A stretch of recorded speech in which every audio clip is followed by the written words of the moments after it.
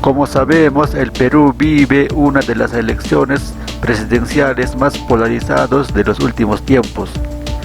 Por un lado, el profesor Pedro Castillo, dirigente social de una de las zonas rurales de Cajamarca, promete cambiar la Constitución de 1993 mediante la Asamblea Constituyente para cerrar brecha social y económico, que según él disminuirá la desigualdad y generará mejor oportunidad de trabajo para todos.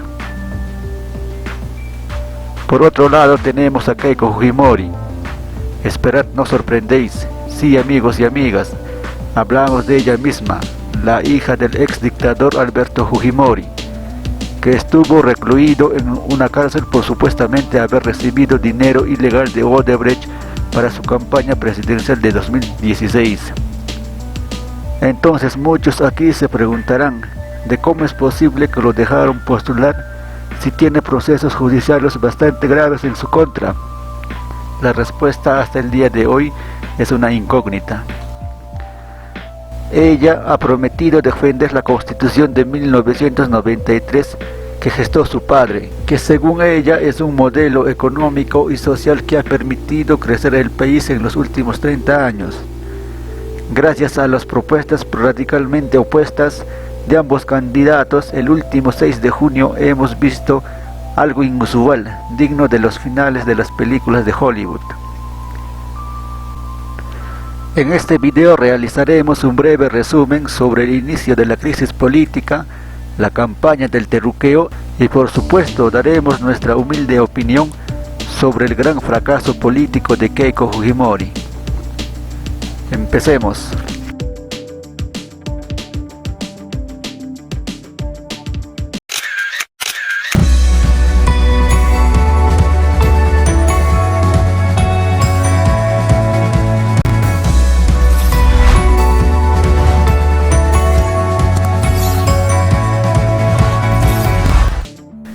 Para entender la crisis política que sufre el Perú, es necesario remontarnos a las elecciones presidenciales del año 2016, que en segunda vuelta disputaron PPK y Keiko Fujimori, donde PPK obtuvo un 50.12% frente al 49.88% de Keiko Fujimori.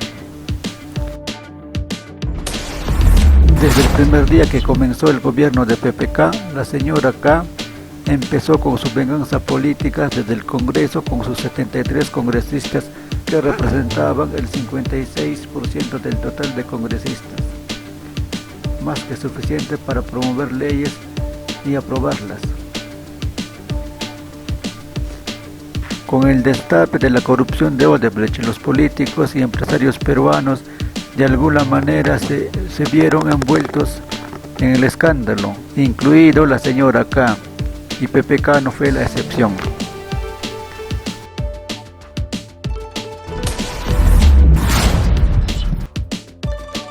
En el primer intento de vacancia presidencial, PPK se salvó con los votos de Kenji Fujimori y su mancha, que más tarde se supo que estos votos de Kenji y sus amigos fueron por favores políticos como obras en regiones de congresistas que apoyaron y la libertad de Alberto Fujimori. Esta decisión de liberar a Alberto Fujimori polarizó el país, que presentaron la segunda vacancia presidencial, del cual no se salvó PPK. Siguiendo el mandato presidencial, el vicepresidente de la República, Martín Vizcarra, asumió el poder. A un año de haber asumido la presidencia de la República aproximadamente, llegó el pedido de la primera vacancia presidencial sobre Martín Vizcarra, por el caso de Richard Swing, la cual fue rechazado. El cierre del Congreso se dio en septiembre del 2019 por la discordia que tuvo el Congreso y el Ejecutivo por la elección de los magistrados del Tribunal Constitucional. El segundo vacancia presidencial surgió por los supuestos sobornos que habría recibido Martín Vizcarra cuando era gobernador regional de Moquegua, que hasta el día de hoy no se ha demostrado. Tras la vacancia de Martín Vizcarra, Manuel Merino asumió la presidencia de la República. Tras las protestas multitudinarias en las principales regiones del país, muchas veces asusados por la prensa bermelera, a raíz de la muerte de dos jóvenes, el Congreso destituyó a Manuel Merino de su cargo y eligió a Francisco Sagasti como el nuevo presidente del Perú. La campaña del terruqueo. Por llamarlo de alguna manera, la campaña presidencial del 2021 es un caso atípico. Como muchos países de Latinoamérica y el mundo, los medios de comunicación tradicionales empiezan a declinar su preferencia por unos u otros candidatos de acuerdo a sus intereses, y en el Perú no fue la excepción. En la primera vuelta empezaron a apoyar e inflar haciendo encuestas bambas con el exalcalde del distrito limeño de La Victoria, Jorge Jorzain, quien en su haber solo tiene como currículum de haber sido arquero del Club Alianza Lima.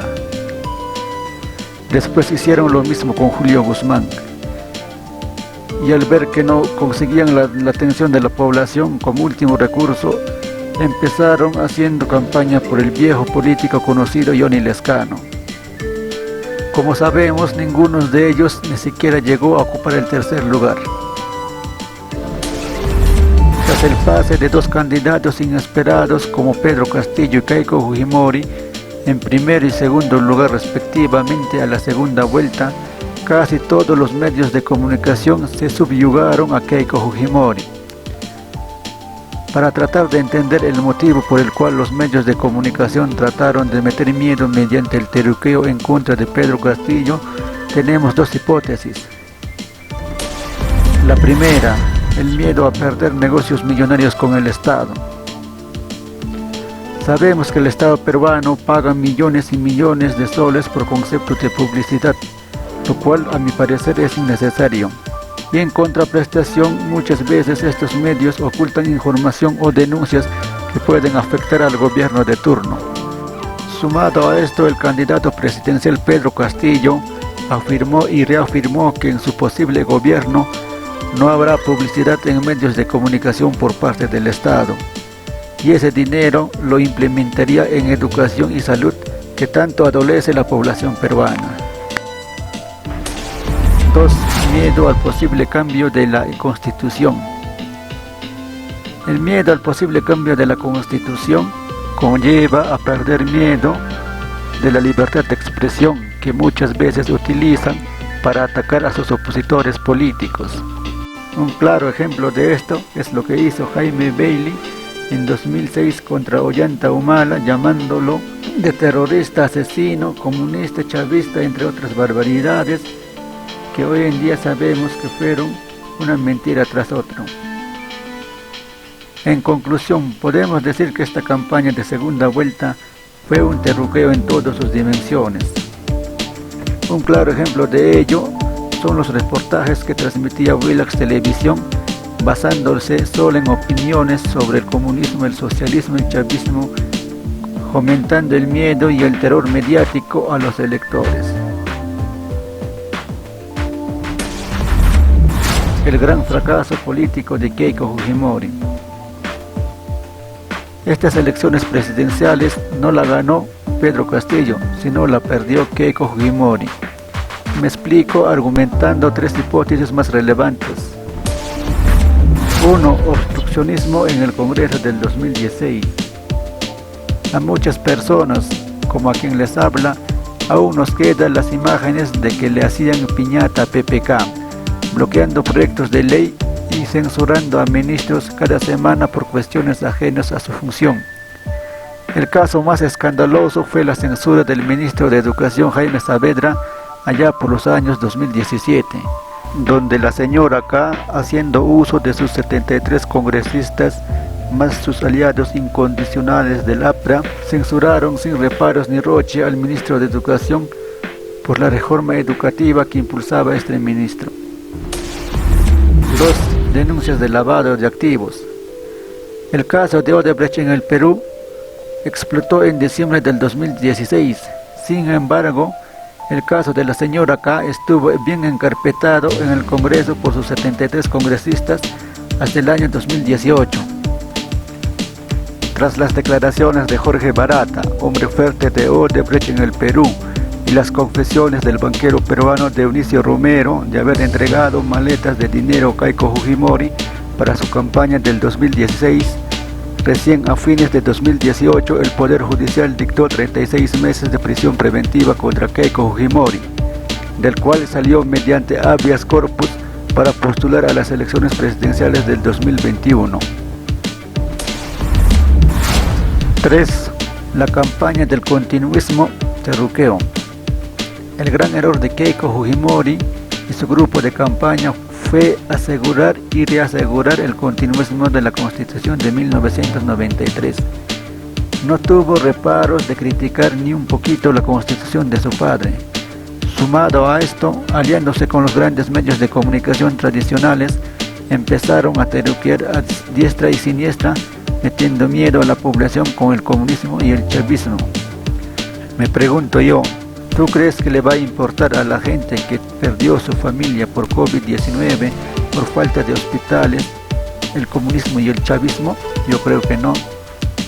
¿Tú crees que a la gente que vio todos los políticos peruanos y los grandes empresarios son una banda de rateros que siguen libres hasta el día de hoy? ¿Le va a interesar el continuismo de la Constitución de 1993? Por supuesto que no. Para cerrar con broche de oro, lo que faltaba es que la señora K se negara a aceptar los resultados electorales del OMPE, aduciendo fraude sin prueba alguna fehaciente. Yo creo que con esa actitud la señora Keiko Fujimori está decorando su tumba política con sus propias manos. Antes de culminar con el video, te dejo una pregunta. ¿Crees que Keiko Fujimori se convertirá en cadáver político? Déjanos tu respuesta en los comentarios. Suscríbete al canal, dale like y síguenos en las redes sociales. Hasta la próxima.